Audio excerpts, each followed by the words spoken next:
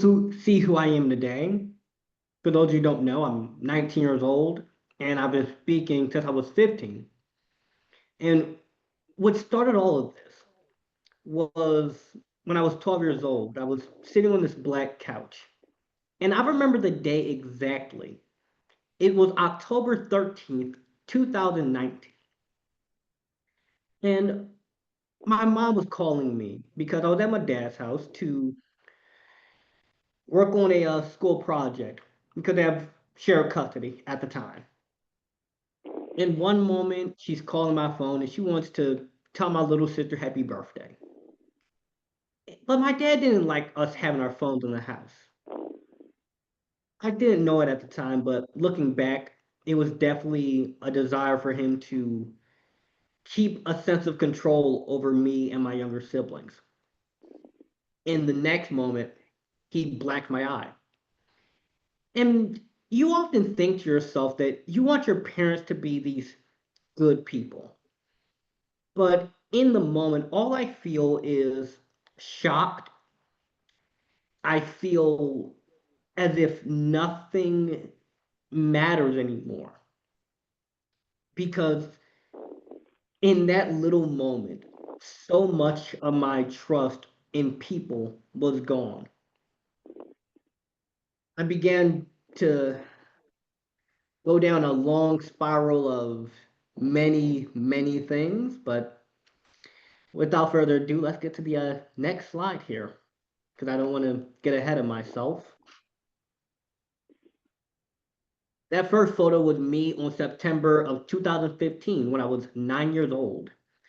And I remember having such a joy for life, believing that everyone had potential, that everyone was just these balls of light. That's how I thought of them. But in 2019, like I said, my life took a nosedive. Being the oldest sibling, I naturally felt this desire to protect my younger siblings. And my sister being 9 years old at the time, and my little brother being 5, and me and him are both autistic, but he's nonverbal. So he couldn't voice himself, he couldn't express anything outside of his emotional reaction to things. So I began to take on the brunt of everything. I would go out my way to keep my siblings safe, even if it meant losing myself, even if it meant I could barely sleep at night, even if it meant sacrificing who and what I was and hardening myself as a way to keep them safe. And as you can obviously see, that does a number on a person. It does a number on you physically, mentally, spiritually. I just felt like nothing mattered. I felt as if no matter how hard I tried to balance school, to balance my home life, to balance friendships, I always felt as if nothing was ever good enough. And thankfully, when I was 13, my mom got me into therapy because she realized that as much as she cared, there was only but so much she could do because shared custody laws make it very, very difficult to prove child abuse and to prove that the children should be removed from that house. And even though I was only there for about a 6 months of this, it's the mental part that really gets at you, where you begin to have these memories playing over and over in your head.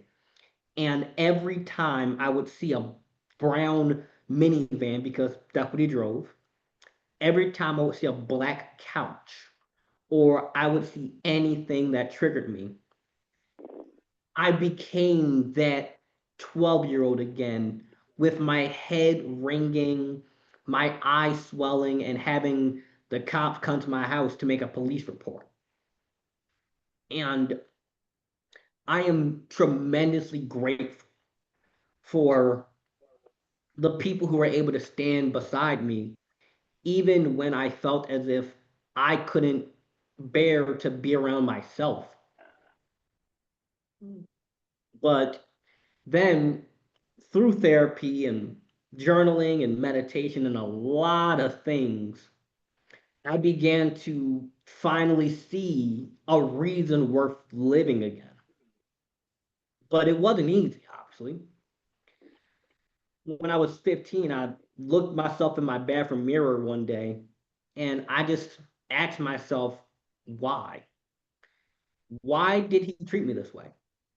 Why does it feel as if I'm never good enough?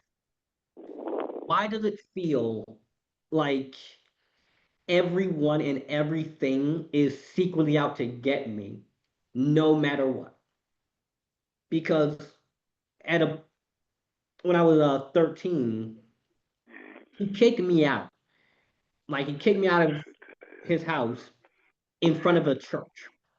So we were going to church one day, and he just disowned me in front of an entire congregation of people right there. And my siblings still had to go there because, unfortunately, that's just how the shared custody laws work. And I felt like if your own father will disown you, anybody will. If you can't even trust, if you can't even trust your own parent, how do you expect to trust other people? How do you expect to trust yourself? How do you expect to believe in anybody if the person who was supposed to protect and provide and love for you wasn't that?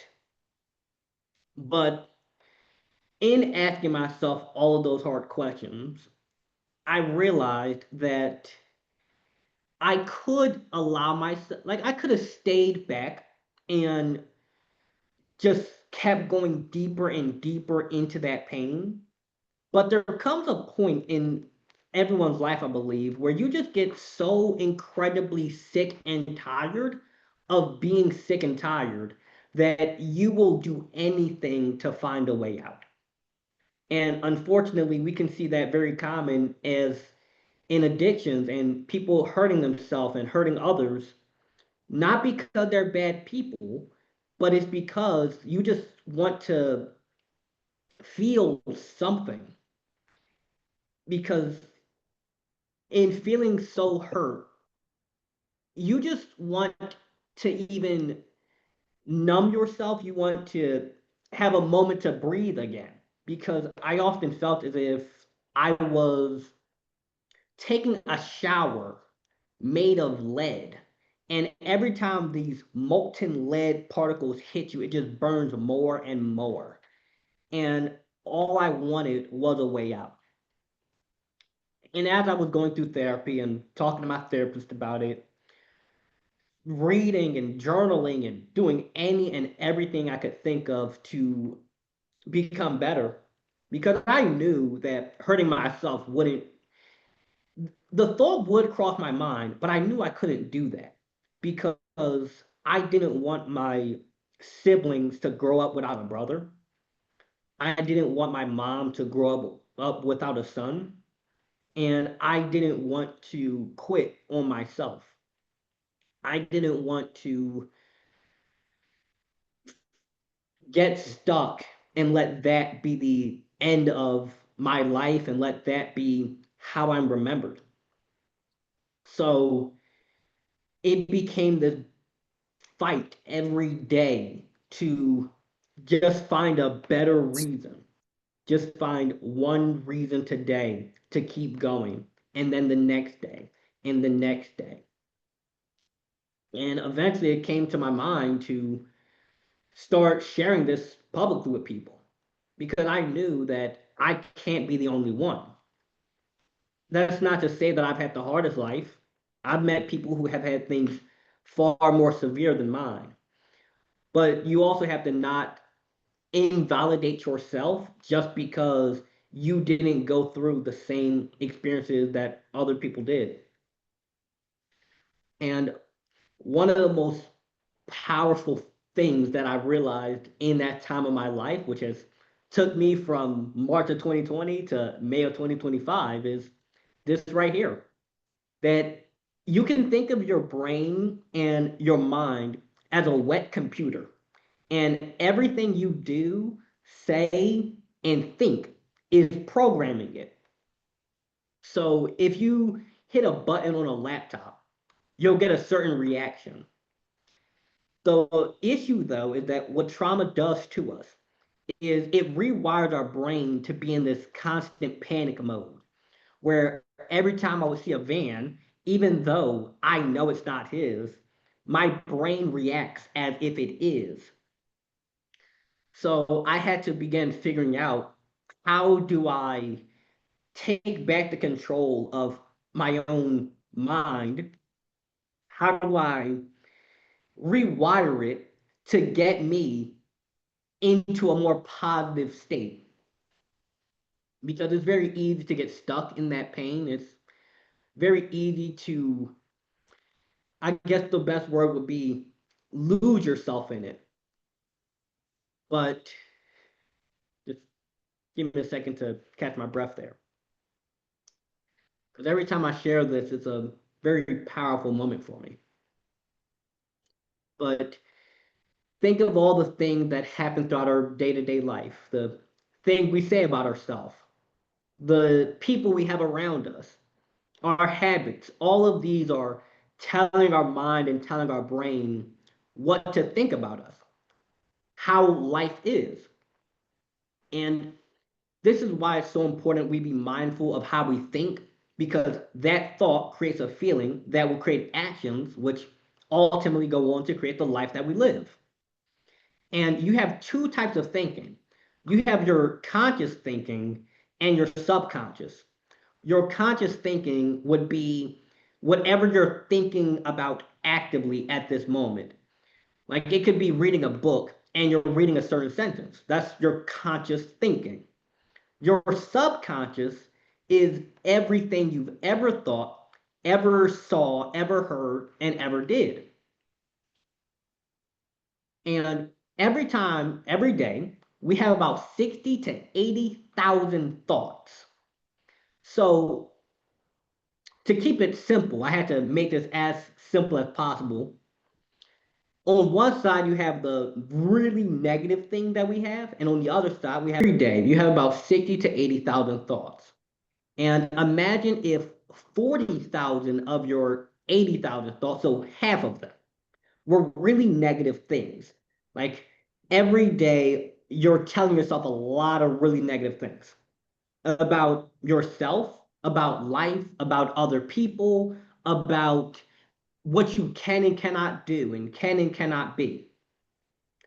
For those early years of my life, I would say a lot of negative things about myself, that no one cares, no one's ever going to help me, nobody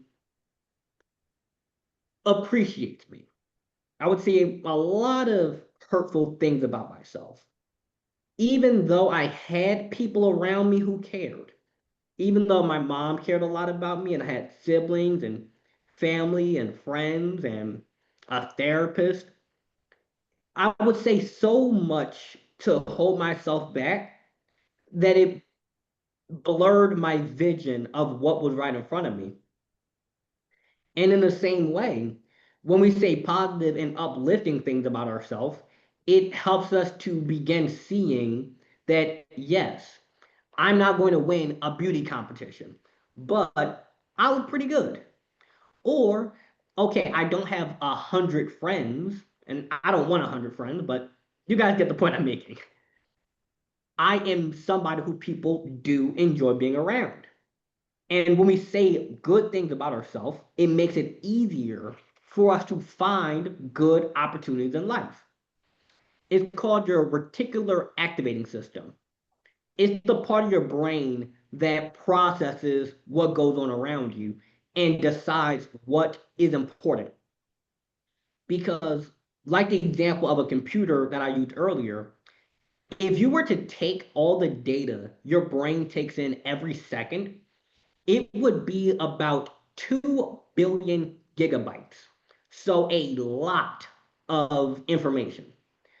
But your brain can only process at 60 to 120 bytes per second, which is less than 1% of 1% of what goes on around you, which is why someone can have a really good life on the outside. Like they can have a lot of money, a car, a loving family. They can have all the things on the outside. But whatever they think on the inside and how they see themselves internally will determine what they become aware of. It's the same reason why when you get a new car, all of a sudden you see that same kind of car everywhere because your brain has considered it important. And the trouble with trauma survivors and people who have gone through a lot of hard experiences in life is as a way of surviving your brain will make you more aware of the bad things in the world. Like it'll make you more aware that the person on the bus, what if they're actually staring at you and they're not just coincidentally looking in the same direction as you? That was something that would cross my mind a lot. I'd become incredibly paranoid that everyone was out to get me. And in the moment, it makes a lot of sense because at some point in my life, somebody was hurting me in a lot of ways. So you become more aware of what if. And because of those 60 to 80,000 thoughts a day, it's very easy to spiral into a trap of thinking that everyone and everything is out to get you. And it'll make a lot of sense to you. Now, those thoughts create your feelings. Taking all of those thoughts you have a day and thinking about what are you saying about yourself? What are you saying about your opportunities in life? What are you saying about your financial well being? What are you saying about who and what you are and what you're capable of? If a if the majority of those are very hurtful things, it's very easy for people to begin feeling worthless and unattractive and afraid to try new things. You can call that a limiting belief. So it places a limit on you. You an example that you can notice in your day-to-day life is when you adjust it for inflation, most people will make around the same amount of money as their parents did and their grandparents did because this is what they've been shown and this is the ceiling that without even knowing it have been placed upon them. Now, in the same way, when we're saying all these bad things about ourselves, we'll start to feel these bad things about ourselves, and our brain doesn't know good from bad. It simply knows what you tell it. It's a computer that is being programmed by what we do, what we say, and what we think. And it wants to repeat what is familiar. And if the thing that's familiar to it happens to be something bad about ourselves, it'll tell us over and over and over. But the way to get out of it is we have to undo it. It's a difficult process. It's hard. It takes a long time. But I'm an example that it can be done. And we can find a lot of great examples of this. Now, if we say more positive things about ourselves, over time, we begin to feel more worthy. We begin to feel more attractive, more confident, willing to try new things. And like I said, your brain will repeat over and over to you what you have conditioned it to believe. And it'll find reasons why you are worthy and attractive and confident and make you more willing to step out that comfort zone. Now, an example I can remember in my own life was as I began to see more of a reason to keep going in life and see more of a reason that I actually have a purpose in this world, it it compels me to want to keep showing up and give my best to people, even when that means I have to come in front of a crowd of people and tell them my deepest, most painful life experiences, even when that means I open myself up to the possibility of criticism and judgment, even when it means doing something that scares me, because I have built myself up to a point where I'm willing to step out there and I find a bigger reason. Like I do these not just for my own, not just for my own self, but I do this as a way of making sure that nobody has to feel how I used to feel. And in that same way, those feelings create how we live. So back when I used to say a lot of bad things about myself, as you'd expect, I had a lot of trouble socializing. My room was very dirty. I might go days or even weeks without showering. Nothing felt fun for me. I would try to have fun with people. I would try to go to a party or do whatever to feel good. I just didn't feel anything. And I would hold myself back because I'm not good enough for that. Nobody's going to like me, so why even try? You start to hold yourself back because those thoughts have created a feeling that causes you to feel and believe that you're not good enough. And because of what you feel, you take the actions of somebody who is not good enough. And it's a spiral of, because of what I think, it causing me to feel this, which causing me to take this action, and that action creates a reaction, which reinforces the thought, which then reinforces the feeling, and that feeling reinforces how I live. So we have to break out of that cycle. And later I will go into ways we can do that. Now, on the other side, too, I also want to mention, too, almost skipped it, unhealthy coping mechanisms. So we will do things that we know are bad for us simply because it helps us to feel less bad inside. Throughout my life, I have met many people, whether they be teenagers, young adults, elderly, um, even people as young as 8 years old who will smoke, vape, have addictions, hurt themselves, hurt other people, because it helps them to feel less bad inside. It numbs your brain for a little bit, and naturally, we don't want to feel so much pain. And unfortunately, we can find ourselves taking the path of least resistance. We can find ourselves trying to just deal with it right now, but we have to catch ourselves and do the best we can where we are with what we know. Now, when we shift those thoughts and then we shift those feelings and we shift the way that we live, it allows us to improve our friendships, family situations, relationships.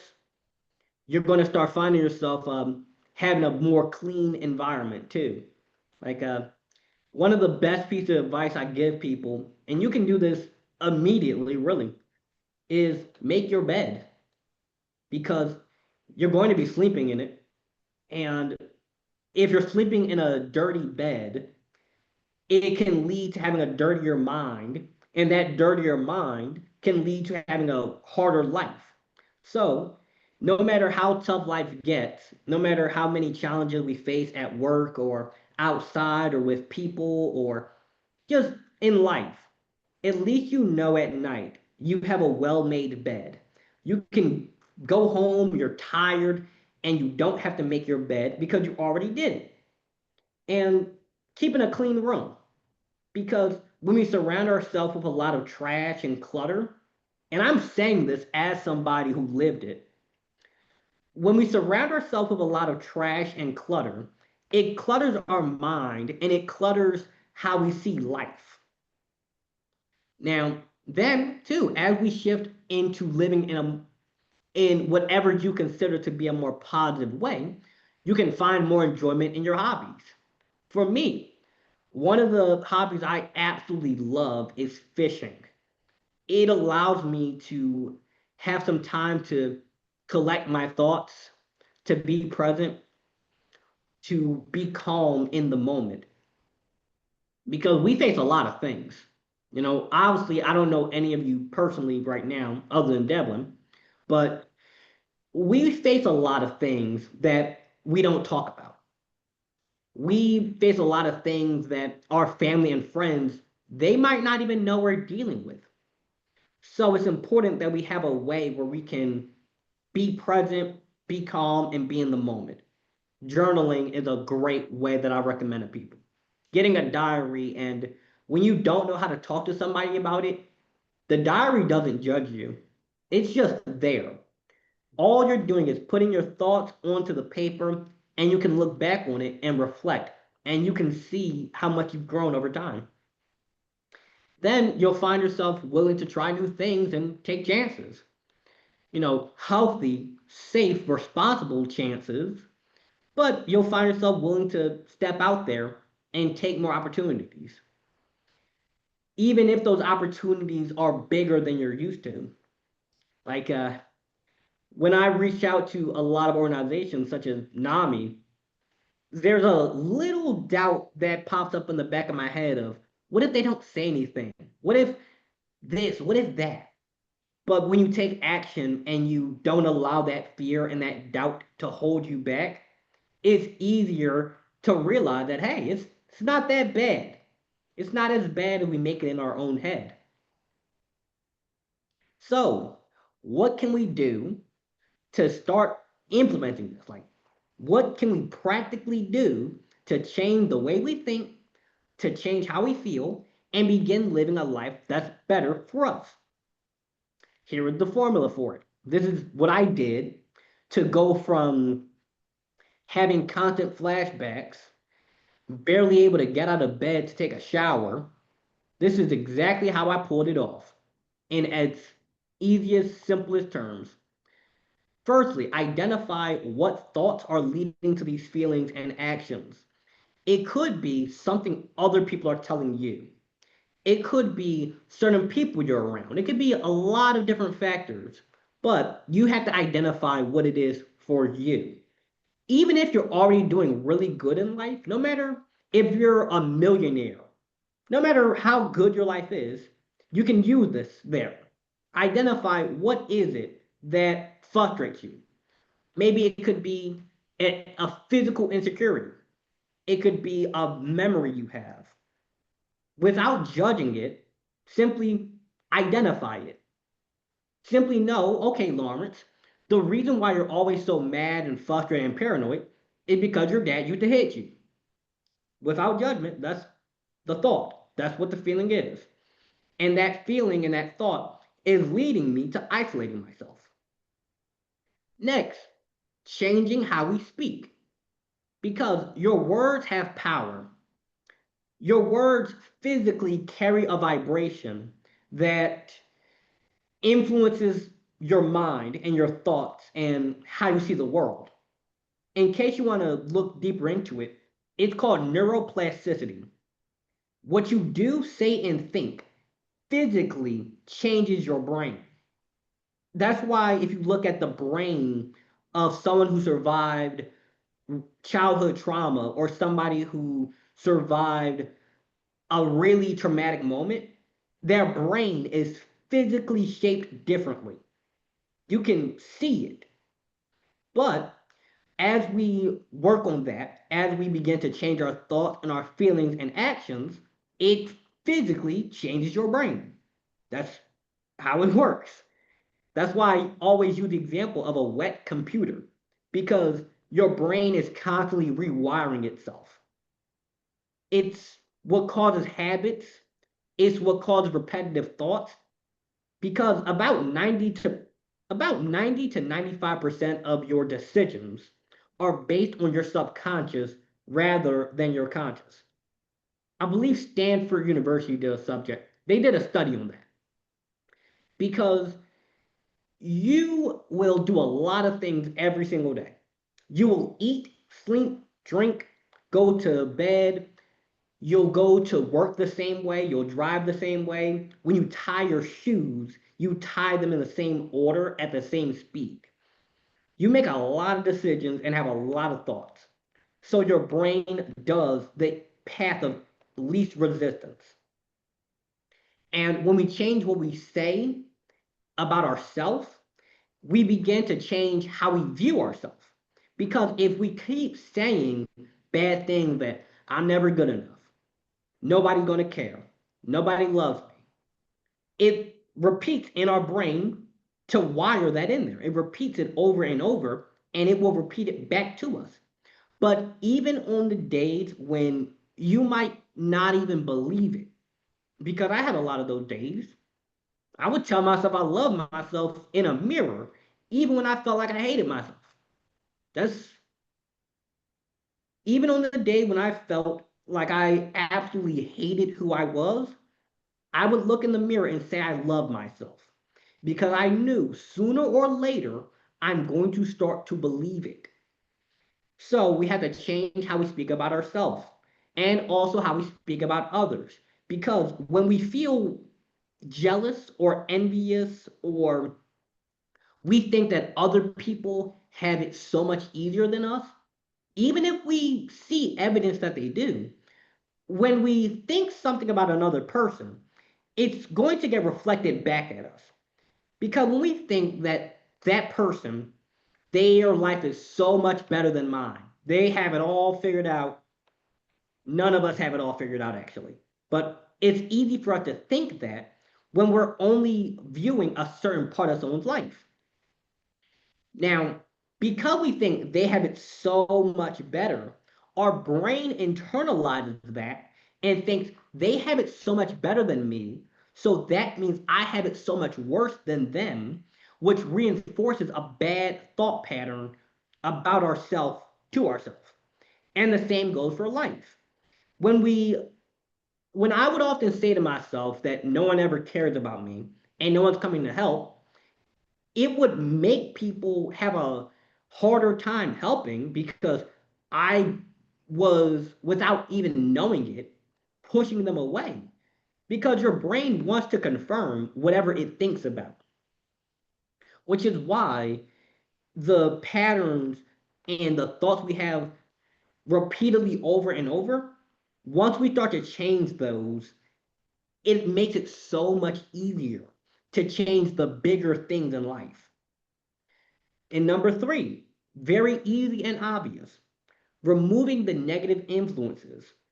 Now, it could be very obvious to you what that thing could be. It could be certain people. As hard as it was, I had to cut off almost every single person who was related to my dad because they would take his side. Nothing against them. It was simply they were taking his side. And for my own mental well being, I could not be around anybody who was taking his side. That meant I had to cut off aunts, uncles, um, cousins, anybody related to him. I just had to do that. It was very hard, but it was necessary. And a lot of times, the pain of growth, it's like on the other side of the pain that we avoid is the life that we want. And that's the best way I could put it, actually. On the other side of the pain that we avoid is the life that we want. That could also mean not going to certain places. For me, it was his house. Couldn't go there. Or the church he kicked me out in front of. For other people, that could be a certain part of your city, or, it could be not going to a bar. It could be that. And things. By things, we can assume addictions is help is available for that, obviously. It's challenging, but there is help available. I'm not a counselor on that, obviously, but the resources are out there. But it could also be more subtle things, like the kind of music we listen to, the kind of TV we watch, the habits, the way we talk. It can be these very nuanced things. Because I would often find myself listening to a lot of really sad music, and around the same time when I was sad, I was listening to a lot of really sad and upsetting music and heartbreak music and things of that sort. So that music, that rhythm was saying over and over something about me that I didn't like. So I had to cut that out. For the last 2 years, actually, I have not had a TV in my bedroom because I would often catch myself watching movies and entertainment that had to do with childhood abuse. Without even knowing it, I would find myself watching that. And I had to take some drastic actions, which is where step 4 comes in, taking bold action towards improving day by day. As weird as it was, when I would be saying that I love myself in a mirror, it worked. For other people, that could be changing places that you go. Like when I would want to become more successful as a speaker, an entrepreneur, and just in life, one thing I did was I saved up the money from the McDonald's I was working at years ago. And I took myself to a really nice restaurant. It's called Ocean Prime. It's like a ultra luxury seafood place. It's like the cheapest thing on that menu is $30 for some breadsticks. It's way overpriced.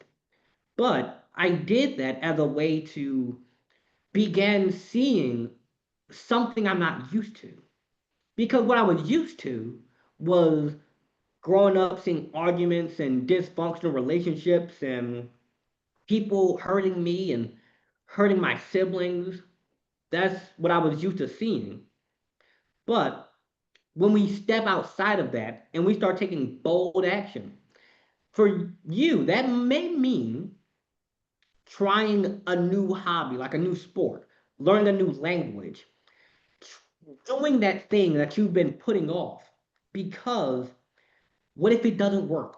What if nothing goes right? What if that person doesn't like me? What if it goes better than you could have ever imagined? You just have to take action on it. Because when we improve what we think about ourselves and we improve how we feel, now we've set a good foundation to start taking action to change how we live.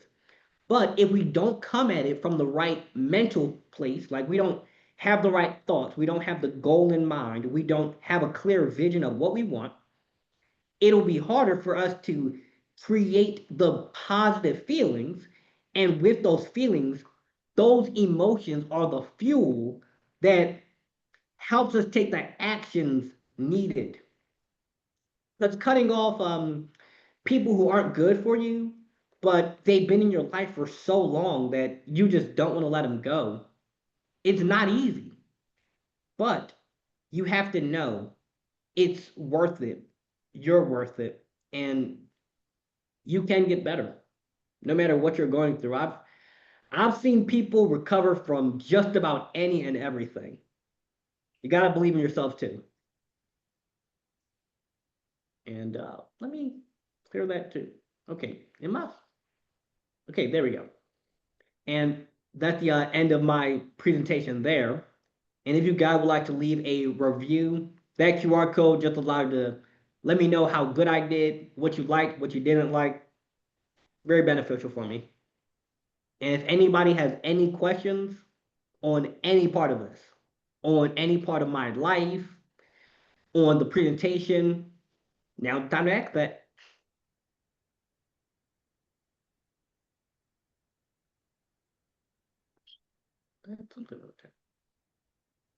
Larry, is this the time for comments? Yes. Okay, I got to tell you, it's hard to believe you're 19 years old. Thank you. I mean, you're so Yep. mature. Well, I like to comment on a few things that you said. I could comment on about 50 things you said at least, but a few things kind of struck me. Um, you know, when you said nobody has to feel like I did, nobody has to feel constantly bad. I didn't know what it meant to have fun, to feel fun. And I can so identify. I'm a peer specialist at Boston Medical, and I can so understand where you're coming from. And a lot of people can empathize and understand and feel compassion where you're coming from. But a person has to have lived that life to know the darkness and the hopelessness and how very bleak life can be.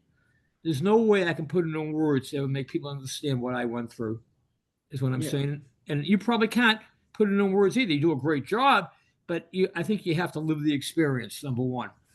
Um, and I also like the way you said how you had to numb your brain. Probably why people do drugs, numb their brain, get out of Yeah. the situation. I also like when you said dirty bed, dirty brain. That is also excellent analogy. And one thing that I really took a lot of sight on, you basically were talking about clutter, your dirty room, clutter in your brain. And I'm taking the Yeah. course right now, Buried in Treasure. I don't know if you ever heard of it. It's about hoarding and cluttering. And I got to tell you, since I started taking the course, and my living space is much, much better than it was. I see my brain's back. Yeah. Oh It's my Man, God. my brain is Hey, back. And I'm not having 80,000 thoughts a day. I'm probably having 240,000 thoughts a day. I mean, yeah. I just come up with these great concepts and these great ideas. And I thought of a book I want to write. Thoughts I've had after I pressed the cross button in the corner. I mean, it sounds like a crazy title, but if I can put some content in it, I think it would sell. It's a crazy thoughts I had waiting for the red and yellow light. But I think of a lot of offbeat things. My mind goes. I'm very witty. I pick up. I'm very perceptive. I'm perceptive of everything. I have instant wit. I can turn things around, anagrams and all that stuff, palindromes, and Um, you name it. The mind, I probably was operating on 30% of my brain. yeah. The something that you just brought up right there is that I'm trying to remember the exact. Yeah, it's called Maslow's hierarchy of needs. So when people are operating in this survival state, when they're operating based on pure survival and pure right now, they're not thinking about what they're going to eat tomorrow. They're thinking on what they're going to eat right now, today. It's hard for them to see anything else because they don't have the mental space to do that. Like I've spoken to a lot of people who come from addiction recovery and people who have come from really dangerous neighborhoods around my city. So I'm from Philadelphia, and you may or may not have heard of it, but we have this section of the city called Kensington. It is the drug capital of America. That one little section of the city is a place where people from all around the country will congregate for the sole purpose of drugs. That's it's an open drug market. They've improved it a lot lately, but that's what it had been for a long time. And I would often think, what lead people to do this? Like, what lead people into that situation? So I asked a couple of them. A lot of them, they just happened to have like a toothache. One thing led to another. They got prescribed opiates and they ended up there. But a lot of them, too, they were just trying to numb themselves. Because I'm sure you've, as a peer specialist, you know this, but when people don't know how to find a healthy way of working through their issues, it's very easy and understandable that people just want to block it out now. They just want to kick the can down the road. I believe that's the expression. And kicking the can down the road could mean smoking that problems away or drinking it away. And they can have really good reasons. I've met a few people throughout my life who unfortunately they experienced issue with things like sexual assault, and it led them to blocking the memories out because it makes a lot of sense. You don't want to remember that. But I don't want to go on another tangent there. That just a really good point you brought up where a I just want cluttered to, room and a oh, go ahead. cluttered space can clutter the mind. But I wanted to say a couple of other things that I could go on forever on this, but a couple of other things that comes about when your mind is not cluttered. You go, I deserve as a person, I deserve such and such. I deserve a right to go, to take a nap whenever I want. I have a right to take a break of 20 minutes to go out and get some sunlight if I'm in the house. You know, you don't feel like I don't deserve it. You feel, no, I do deserve it. And also, another thing about a positive attitude, the whole idea about the what ifs. What if this happens? What if that happens? It doesn't occur to me. I don't think about that. I never think of the what ifs anymore. If I have a challenging situation, I just go into it and I never think I'm going to fail. I never think it's going to go bad on me. And, I don't know if it's a thought pattern that does it, but a hell of a high percentage goes right. And just like spirituality also comes into the equation here. Like so many times, uh, like today, I was going to have a healthcare worker come over my house, and as I said, it looks a heck of a lot better, but I really wanted it to look like really pristine. I wanted my wallet to even be shining, but anyhow, put some gold on it. But anyhow, I said I'm not going to freak about it. It is what it is, and it turns out she calls me. It's July 4th tomorrow. I'd like to leave work early. Do you mind? And I didn't think about the whole thing. Oh, what if she does this and she finds this? I'm going to get in trouble. It didn't occur to me. It didn't occur to me. Maybe I should have thought of that, but it didn't occur to me. But damn it! And then she calls me and says, "Can I cancel?" So what I'm saying is, I think, and you know a lot more about this than I do, Larry. But I think we create so many of our own problems. But we're so ill with our inability to think positive. We think we deserve it. Yeah. Just my Thank you, thought. Michael. Thank you, Michael. So I had a conversation with Lawrence before we started, and he graciously agreed we're probably going to get lots of good questions. He graciously said we can go over. So if we'll have another commitment, we understand, but we'd like you to stick around. In addition to letting Lawrence respond to Michael, I've got Jonathan next and then Liz. Yep. Who've raised their hands. So we would like to get to the questions, but thanks for that, Michael. And did you have a response, Lawrence? I mean, Hey, it's I Jonathan. agree with Howard, is it everything you okay said. if I? Yep, you go. Nice. Yeah, I mean, just what works for me is, the old-fashioned idea, like if you're holding honest work or going to school, and when I was growing up, you'd have coffee and a cigarette break and, a lunch break. And, if you wake up in the morning, you feel terrible, but you have a really nice big black cup of coffee and, you know, smoke, no harmful drugs ideally, but, um, tobacco cigarettes are very helpful for me. I mean, much more ethical you can find them these days. And so, I mean, just the idea of building in a break or counting on the black coffee and the cigarette instead of whatever else. Nice. Makes sense.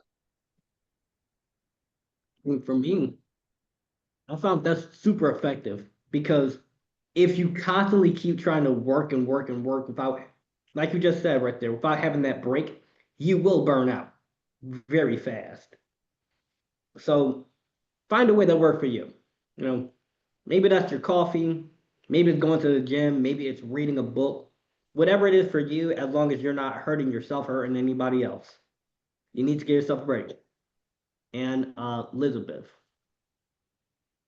Yeah, I just wanted to echo what Michael said about I'm actually a little jealous that you have the level of self-awareness about your issues that you do at the age of 19. Um, I'm curious about the fact that you have autism. Did you get services or how do you feel like that affected your recovery process? Um, it definitely adds a unique layer to it because one of the common things with autism is issues with your own ability to communicate how your mind works to somebody who is not autistic. So things that, let me figure out how to clearly put this into pieces, because that's a question that no one's ever asked me that specific question before. But the easiest way I can put it is I've never gotten services for autism because I was diagnosed later in my life. And I'm on the side of it where I don't need like specialized services like maybe my brother does, where he has a tablet that allows him to communicate with people. And I just happen to have trouble with social dynamics and understanding myself. But far the self-awareness part two goes, is I've been journaling since I was 15. So every day I write down for usually 15 to 30 minutes my thoughts and my feelings and my emotions, and I look back on them and it allowed me to better process it. Now, with autism playing a part in that, I had to understand and accept the fact that my brain doesn't work how most people do. So when dealing with my problems, I had to also be aware that things that work for other people didn't work for me. Some people would say, okay, you can just talk it out. That did help me, but what the nail in the coffin, I'd say, was finding ways to physically move it out. Because something that isn't often discussed with autism is that we can get very overstimulated very fast without noticing it. That can lead to things such as like stimming, where you're moving your fingers around a lot, or for other people, it's waving your hands. Whereas for me, whenever I get really overstimulated, I randomly like have a full body like jerk. It's like a twitch. So what I had to do was, I might be rambling at this point, but what I had Not to at do was all. I had to just become more aware of me and how I think and the way I work and how I heal. Did that answer your question? Yeah, no, that was very helpful. Thank you. You're welcome. If you happen to either yourself might be autistic or somebody who is, definitely look into resources made by other autistic people, because most of the stuff out there views it from the stereotypical lens of Sheldon Cooper or somebody drooling on themselves. Whereas when Yeah, it's made by somebody who either is an expert who has interviewed and worked directly with autistic people on all ranges of the spectrum, or is made by somebody who themselves is autistic, you're getting the real inside of how our minds work. yeah, I'm not autistic per se. I have some pretty sort of wide-ranging severe learning disabilities that didn't get diagnosed or dealt with, and that's really helpful. And I've always had trouble finding like non-clinical resources for those. But Yeah, the internet now makes it easier because previously, well, then again, I was always alive when the internet existed, but in the last few years, I've been able to find more non-clinical research into autism and into things like schizophrenia. That's been a interesting one for me to better unpack, because that has a huge impact on how you see reality as a whole. And there's a lot of stereotypes around mental illness, there's a lot of stereotypes around everything. But thankfully, the internet makes it easier to find that non-clinical research. YouTube is a huge, YouTube has been a huge help for me. good to know. Thank you. You're welcome.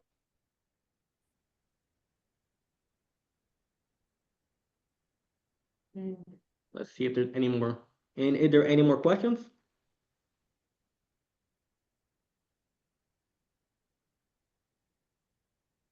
Yeah, Lawrence, I have a question. Do you do like public speaking, for compensation, or is this growing into a business?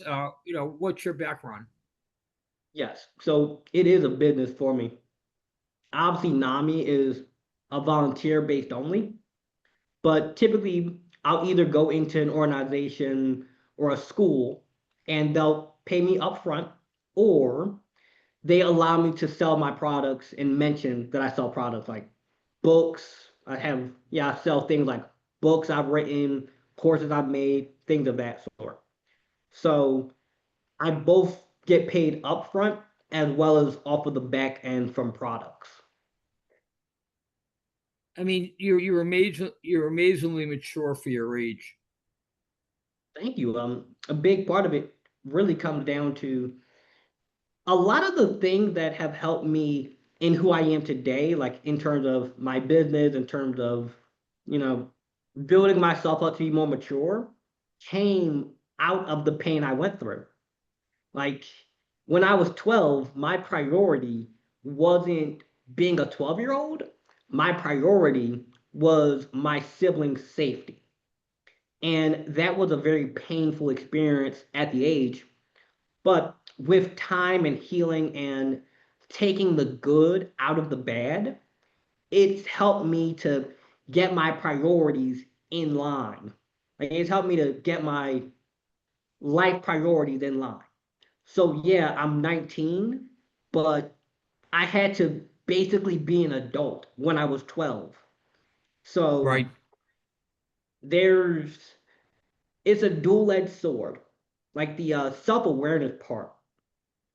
It's really good to be self-aware of, okay, here's why I feel the way I feel. That's a really useful thing. But when you do something that isn't good for you, or whenever I do something or I say something that upsets somebody or makes somebody uncomfortable or makes someone feel bad, I am my biggest critic on everything. I am my biggest supporter, but I'm also my biggest critic because I'm so self aware that I know what I don't know that I know. And it's easy for me to catch myself falling into those negative spirals I mentioned earlier, which the thing that makes me so good at giving these presentations and being able to give so much information off the top of my head is because every single day I have to apply it to myself so that I don't go back to that 12-year-old version of me. Yeah, Thank you. I constantly say, it's so important to be honest with ourselves. Yes, I mean, not to lie to ourselves. And as you said, the brain just accepts what you give it. yes. It's like a sponge. I mean, If, it's like a computer's only as good as the stuff that's in it. You know? yeah, you it's Well, and then too, we're a lot of times we try to fix the computer by fixing the screen rather than fixing the code. Because it's harder to fix the computer code than it is to fix the screen.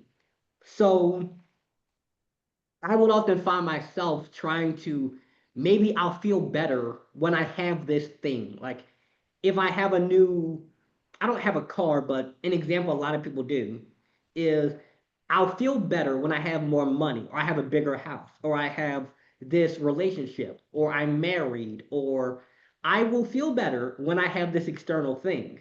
Because being honest with ourselves means that we have to admit when we have a problem. We have to admit when we also are the one causing it. Because most of the problems I've had in my life, yeah, there were things other people did to me, like the stuff my dad did to me, or people might have said something mean to me. That's out of my control. But most of my problems, at least for me, were things in my control. And by being honest and saying, okay, Lawrence, you're slipping up here. You need to work on this. That's when I could solve it. But before I could solve it, I had to admit the truth.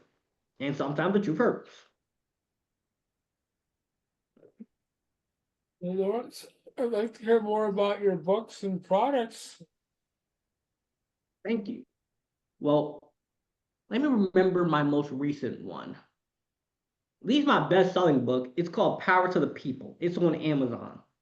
And in it, I discussed how I was able to take all the neuroscience stuff I learned and the habits and the tips I've learned both through my own lived experience and through other people who I've helped. And I simplified it down to a point where a 15-year-old can pick up this, read through it, and get actionable steps they can take right away. It also goes into the psychology of how the way we see ourselves will also affect the way we spend our money, which will then affect our health because the saying that health is wealth. So when we don't have control of our mind, we become more impulsive. That impulsivity can lead us to bad spending habits. It can also lead us to bad health habits because you're going to start. I'll catch myself, at least me personally, eating a lot of junk food because I didn't have my mental health in order, which led to me being more impulsive with what I spent my money on and what I ate. So that book really dives into that, like the habits and all the stuff I learned throughout my life, clearly put together and articulated. I wrote it when I was 18, so a lot of the stuff in there is aimed at teenagers and young adults, but strangely enough, the people who have bought it the most were people in their 30s and 40s. Another thing that I do is I have 3 YouTube videos. I put out social media content every day, and I'm in the process of working on a subscription model where my most advanced content, like all of my speeches, will be recorded. And for a subscription, people can watch them. So that's a little bit about that. I actually didn't even plan on explaining it right now, but now you guys know. Thank you.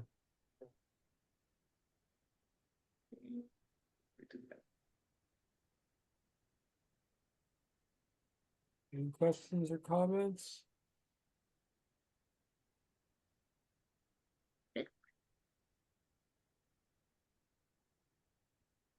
Hey, Lawrence, you've done a good job with like opening up the conversation more. Like you talked quite a bit, but then you opened conversation. We had, different folks offering updates and comments. So I think that's good too. But I strongly recommend, the coffee break or, especially if it's like a real black coffee, a real black tea. I find that to be very helpful. So, I mean, that's just always just good advice. And outdoor smoking too. I mean, counting on smoking shouldn't be a problem. I mean, and also just real quick, women's lunch place. People have been making great comments. If folks want to look up their website, it is a best practice completely. We have free teams of advocates and full free meals, and they serve the women for free as waitresses. I mean, pretty excellent. So, but thanks. I mean, it's been a good meeting. I'll keep on until the Thank you. meeting's over. Thank you. I appreciate it. It's it's always good when it's well received. Because like I said earlier, I come on here and I'm telling a group of people I don't know, hey, here's my deepest, most painful life experiences. Let's have a conversation about it. And is there any other comments?